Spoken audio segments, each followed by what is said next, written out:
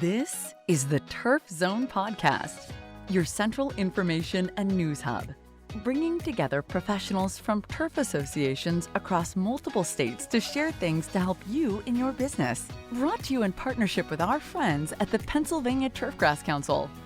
Now, let's get in the zone. Welcome to the Turf Zone. In this episode of Pennsylvania Turfgrass, we feature an article titled, Engineered Infield Soils, Field of the Future? For Penn State researcher Evan Mascitti, soil mixtures for sports field no longer need to be left to chance. I've always been fascinated by how people use Earth's raw materials, he says. At my first groundskeeping job, I became interested in the different kinds of soil we used for each area of the field. I was thrilled to discover that there's an entire branch of science devoted to athletic field soils, which overlaps with my interest in sports. Evan Mascitti's work is focused on engineered soil mixtures for baseball infields. After earning his MS at Penn State in 2014, with a focus on thick-cut sod production, he worked for several years as a grounds manager in minor league and major league baseball before returning to graduate school. He is now pursuing his Ph.D. under Dr. Andrew McNitt. So what exactly is an engineered infield soil? Mascitti explains that the word engineered simply means that the soil mix is designed and made for a specific purpose. The mixture exhibits better properties than any of its components alone. In the case of infield soil, washed sand, clay, and sometimes calcined clay will be shredded dry, screened, and combined to result in an optimal surface underfoot. Groundskeepers have experimented with amending their infield soils since the 1870s, adding things like ash and even sawdust, but today's mixes are much more precise. Mascitti's research is the first academic study on the composition and production of optimized infield soil. When asked when an engineered soil would be preferable to a traditional soil mix, Mascitti says that many different factors must be weighed. Managing the infield skin has always been an art form best learned through experience, he says. A skilled groundskeeper knows how his or her infield will respond to wet or dry conditions. Installing an engineered infield soil will help the field manager maintain the infield skin at the right consistency, neither too soft nor too hard, over a wider range of water content. This keeps the field playable under diverse weather conditions, giving the facility the potential for fewer cancellations and resulting loss of revenue. The cost factor.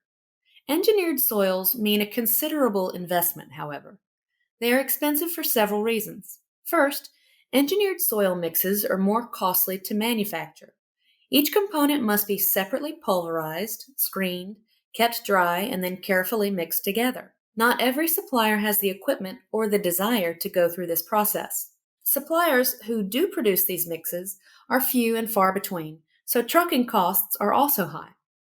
Ultimately, a mixed soil may cost between $50 and $200 per ton, depending on the location of the quarry and the amount of processing that is done. Traditional subsoil usually costs from $25 to $45 per ton, including delivery. Is the extra investment worthwhile? Mascitti recognizes that for some facilities with overall budget constraints and multiple development goals, it is simply not realistic to spend this much on infield material. But if games are routinely being canceled due to rain, the higher cost of an engineered soil mix can be justified by the revenue, which is not lost due to a cancellation.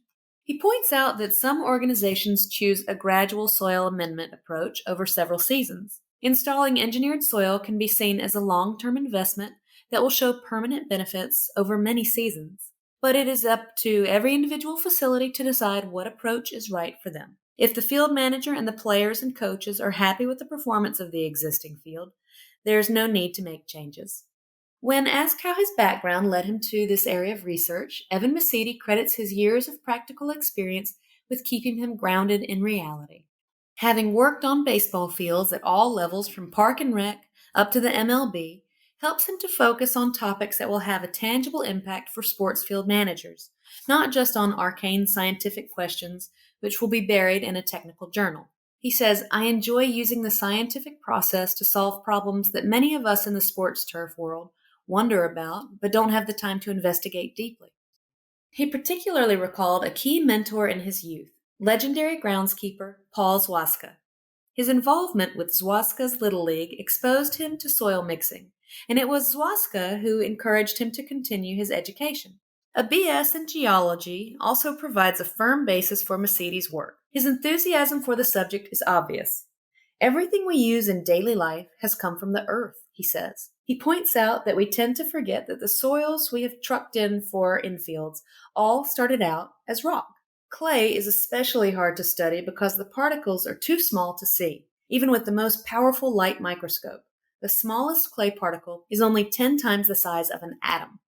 To know why soils act the way they do, we need to think simultaneously on nature's largest and tiniest scales. Soil forms from the breakdown of rocks over hundreds of millions of years. The type of parent rock and the weathering conditions determine what type of soil will form. Geology isn't just the study of rocks, he concludes, it's the study of Earth's history, and rocks are the pages on which the history book is written. Rocks have a lot of stories to tell you if you know how to listen. Are engineered soils the future of sports fields in general? Evan Mascitti recognizes that everything comes in cycles. However, he is convinced that the popularity of engineered soils will continue to grow. Standards for athletic field quality are much higher than in days past, and the ability to play through rain and maintain a safe field at all times will benefit facilities of all levels. Don't miss an episode of Pennsylvania Turfgrass. Subscribe at Apple Podcasts, Spotify, or wherever you get your podcasts. You've been listening to The Turf Zone. For more episodes of The Turf Zone, visit theturfzone.com and subscribe on Apple Podcast, Stitcher, or your favorite podcast app.